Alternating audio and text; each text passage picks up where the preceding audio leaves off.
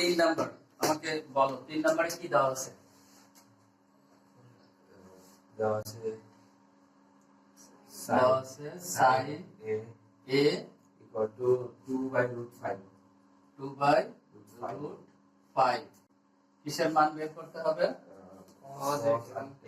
cos আর হচ্ছে tan এর মান বের করতে হবে। তার আগে একটা কন্ডিশন দেওয়া আছে। কি কন্ডিশন দেওয়া আছে? π/2 less than a less than π। এটার মানে কি? 90 ডিগ্রি।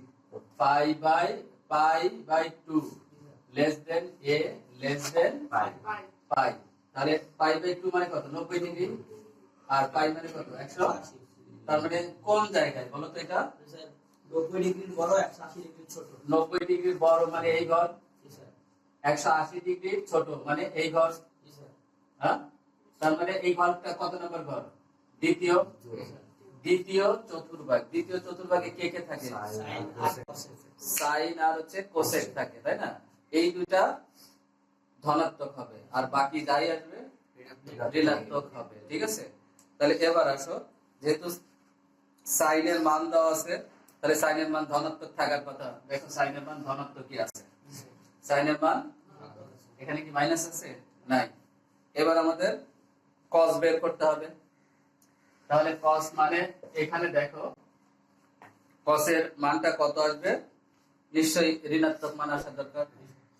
এবার দেখি আমরা ওই আগের সূত্র দেই। cos স্কয়ার a সমান কত? 1 মাইনাস sin স্কয়ার a। তাহলে এখানে কত হয়? 2/√5, তাই তো? 2/√5 হোল স্কয়ার। তাহলে 1 4 রুট আর স্কয়ার কাটা গেলে 5, লসাগু 5। তাহলে কত? 1/5। 1/5 এর মান কিসের? এই cos স্কয়ার এর মান হচ্ছে এটা। cos স্কয়ার এর মান হচ্ছে এটা। তাহলে cos এর মানটা কত হবে? Plus minus 1/√5।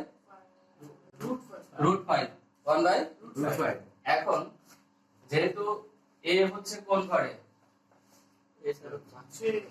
দ্বিতীয় ঘরে। তাহলে দ্বিতীয় ঘরে cos কি হবে? তাহলে এখানে cos এর মান আমরা কোনটা লিখব? cos এর সমান মাইনাস 1/√5। আর এটা বোঝানোর জন্য কি করব?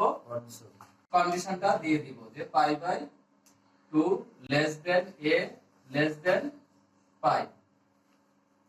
ধনাত্মক মানটা না নিয়ে ঋণাত্মক মানটা কেন নিলাম সেটা বোঝাই দিলাম এখানে।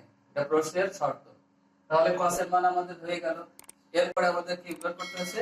tan এর মান বের করতে হবে। তাহলে tan এর মানটা বের করা যাবে না? কোথাও কোনো ঝামেলা?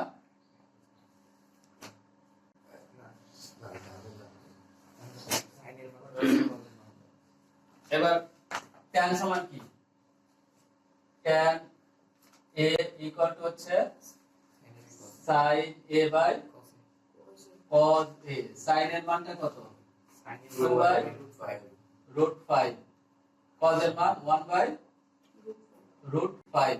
তাহলে মাইনাস 2/√5 গুণ করে দাও, এটা উপরে চলে গেল, 1 নিচে, এটা কাটা যায়। তাহলে কত? -2। tan এর মান কত? -2। ক্লিয়ার?